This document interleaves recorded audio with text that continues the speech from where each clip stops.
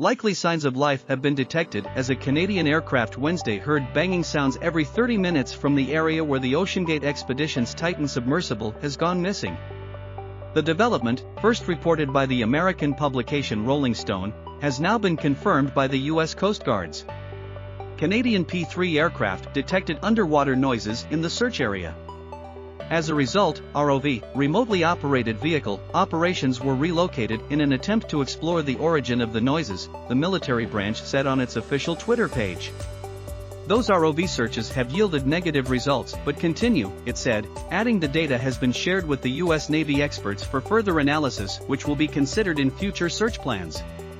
The U.S. publication had obtained information related to internal email updates sent to the Department of Homeland Security, DHS, leadership. RCC Halifax launched a P-8, Poseidon, which has underwater detection capabilities from the air, the emails read. The P-8 deployed sonobuoys, which reported a contact in a position close to the distress position. The P-8 heard banging sounds in the area every 30 minutes. 4 hours later additional sonar was deployed and banging was still heard. However, the announcement did not mention the time when the banging was heard and what could have caused it as a multi-agency and multi-government effort expanded to find the divers having less than 30 hours of oxygen now. Richard Garriott de Cayer, president of the Explorers Club, confirmed in a Tuesday night social media post that there is cause for hope.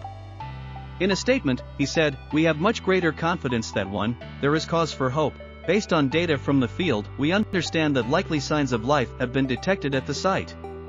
The 21-foot, 6.5-meter, submersible, named Titan, was carrying 3 fee-paying passengers when it vanished Sunday, British billionaire Hamish Harding, Pakistani tycoon Shahzada Dawood and Dawood's son Suleiman.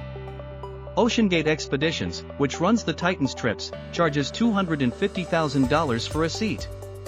The company's CEO Stockton Russian-French submarine operator Paul-Henri Nargeolet, nicknamed Mr. Titanic for his frequent dives at the site, are also aboard.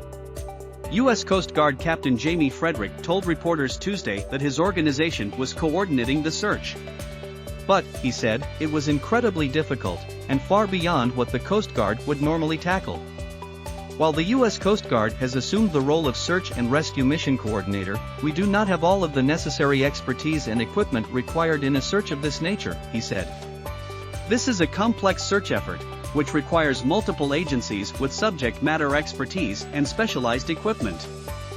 Frederick explained that rescuers were using multiple methods as they combed the vast area for the Titan, which lost contact with its mothership just 2 hours into its dive near the Titanic's watery grave. The search efforts have focused on both surface with C-130 aircraft searching by sight and with radar, and subsurface with P-3 aircraft, were able to drop and monitor sonar buoys.